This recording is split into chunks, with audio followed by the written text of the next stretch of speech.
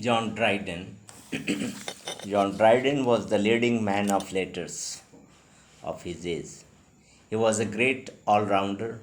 He was a poet, dramatist, satirist, political pamphleteer, translator, and critic. He was the literary dictator of his time, like Ben Jonson before and Dr. Johnson after him. He was a poet par excellence of over 150 years. He was the greatest poet of the Restoration. He was a harbinger of the classical school of poetry, which laid a stress on clarity, proportion, balance, and reason and order. He rejected the blank verse and popularized the heroic couplet, which means two lines of iambic pentameter rhyming at the end.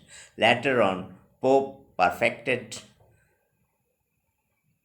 it, but in Dryden's heroic couplet, there is enough freedom. In Dryden's hands, it was an energy divine. He is a literary craftsman. He found English brick and left it marble.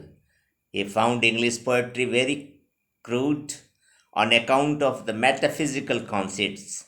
He reformed the language. He adopted the classical conventions to improve upon the language. The heroic stanzas on the death of Lord Protector inaugurated his poetical career. He placed satire on a pinnacle in English literature, and he is the greatest satirist of British poetry. In verse satire, he excels all others.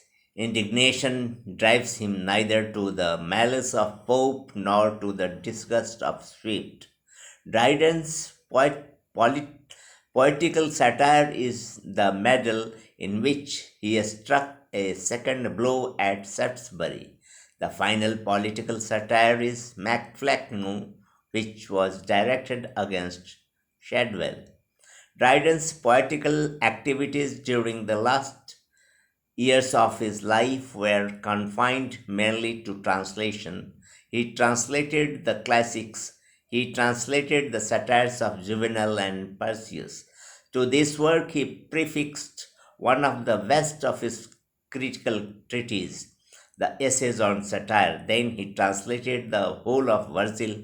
Dryden's Virgil is still a memorable achievement. He inaugurated a new era in English prose and a new era in English criticism. He may be called the father of modern prose style. He gave up the long winded, cumbrous sentences of the earlier prose writers. He used a simple, straightforward, vigorous mode of expressing his meaning. He is an excellent prose writer and he did much during 40 years of writing in poetry and in prose to settle and improve the English language. He was the father of English criticism. Dryden got the distinction of being the introducer of the comparative and magisterial criticism. His method of criticism remained popular till the middle of the 19th century. He is the first modern critic who endeavored to apply the historical method to criticism, which implies art form upon which he is sitting in judgment.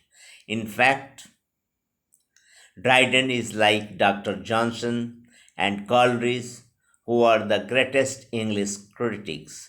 Dryden's outstanding pieces of criticism are essays on dramatic poesy and preface to the fables. His reputation as a critic, therefore, rests on sure and lasting foundations. Dryden was a descriptive critic. He wrote a number of prefaces to his own works. It is the preface in his own works that the silent transformation of English criticism occurs. He was an exponent of heroic play. Its subject was invariably love and humor.